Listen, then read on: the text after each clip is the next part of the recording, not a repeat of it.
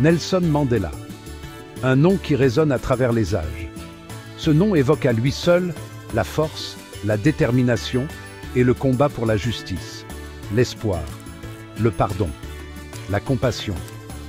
Le parcours de Mandela fut long et difficile, marqué par des épreuves inimaginables.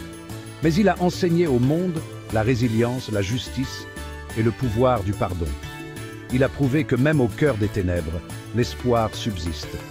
Mandela est devenu une icône mondiale, un symbole de paix et de réconciliation. Il nous a montré ce qu'une seule personne peut accomplir avec courage et détermination. Il s'est battu pour l'égalité, pour la dignité humaine. Il s'est battu contre l'apartheid, contre l'injustice. Il a conduit son peuple vers la liberté, vers un avenir meilleur. L'histoire de Mandela est une véritable source d'inspiration. Elle nous rappelle la force de l'esprit humain. Il a passé des années en prison, privé de liberté. Il aurait pu être rempli de haine, de ressentiment. Mais il a choisi le pardon, la réconciliation. Il a choisi de construire un avenir meilleur. Son héritage perdure, inspirant des générations. Il nous inspire à lutter pour ce qui est juste, à ne jamais abandonner. Il nous rappelle que même dans l'obscurité, l'espoir peut germer et que chaque acte de bonté compte. Nelson Mandela est né dans un petit village, dans la province du Cap-Oriental, en Afrique du Sud. Il est né en 1918. Sa famille appartenait au peuple Tembu. Mandela a fréquenté une école missionnaire locale. Il y a appris l'histoire de son peuple. Il a été témoin des injustices de l'apartheid.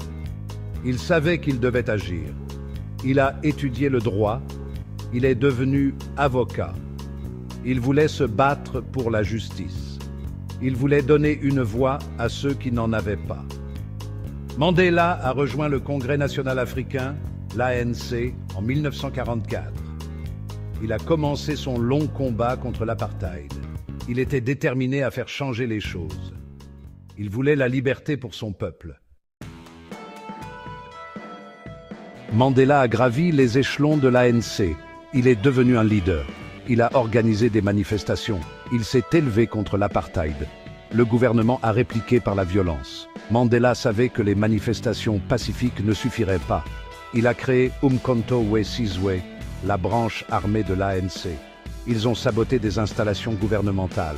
Ils ont riposté à l'oppression. Mandela était constamment en fuite. Il était recherché par les autorités. Il était devenu un symbole de la résistance.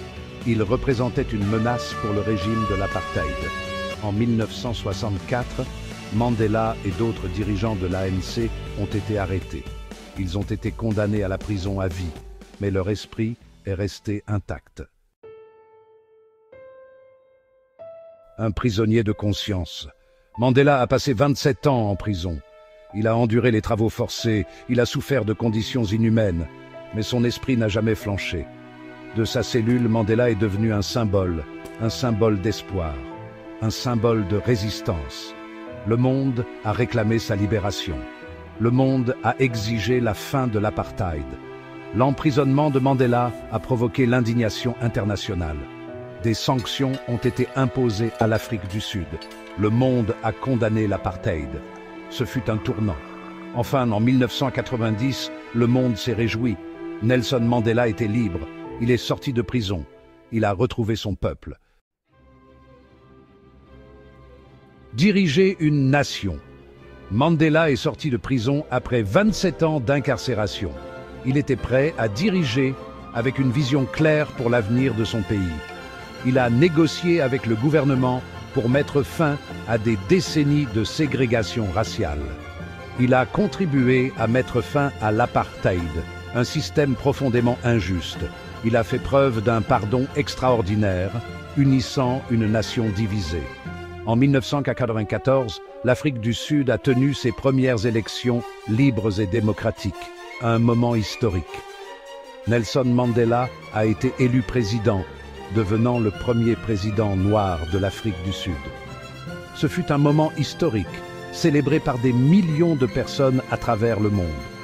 Le monde entier l'observait avec admiration. Inspiré par son leadership, Mandela a dirigé avec grâce et humilité, toujours proche de son peuple.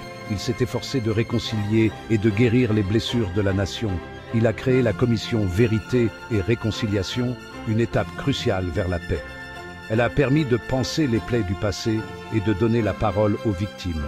Mandela s'est retiré de la vie politique en 1999, laissant derrière lui un héritage considérable. Mais sa tâche n'était pas terminée, il a continué d'inspirer et de guider.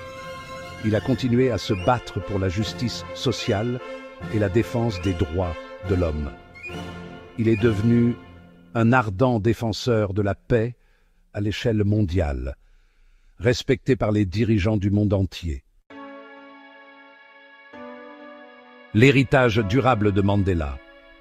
L'héritage de Nelson Mandela perdure. Son impact sur le monde est indéniable et continue d'influencer les générations. Il a inspiré le monde par son courage et son inébranlable détermination à lutter pour la justice et l'égalité. Il nous a montré la force du pardon, tendant la main à ses anciens ennemis pour bâtir un avenir meilleur. Il nous a enseigné l'importance de l'égalité et du respect mutuel, valeurs fondamentales d'une société harmonieuse. Mandela a dit un jour: « L'éducation est l'arme la plus puissante qu'on puisse utiliser pour changer le monde. » Ces paroles continuent d'inspirer des millions de personnes à travers le monde. Elles nous encouragent à lutter pour un avenir meilleur, à croire en notre capacité à faire la différence.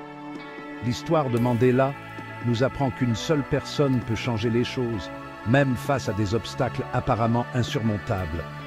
Elle nous rappelle de ne jamais perdre espoir, même dans les moments les plus sombres. Elle nous incite à défendre ce qui est juste, à nous dresser contre l'injustice et à œuvrer ensemble pour un monde meilleur. Nelson Mandela n'est peut-être plus parmi nous, mais son esprit perdure. Son héritage continue d'inspirer et de guider. Il perdure dans le combat pour la justice, dans chaque action menée pour l'égalité et la paix. Il perdure dans le cœur de ceux qui croient en un monde meilleur, un monde où chacun a sa place et peut vivre en paix.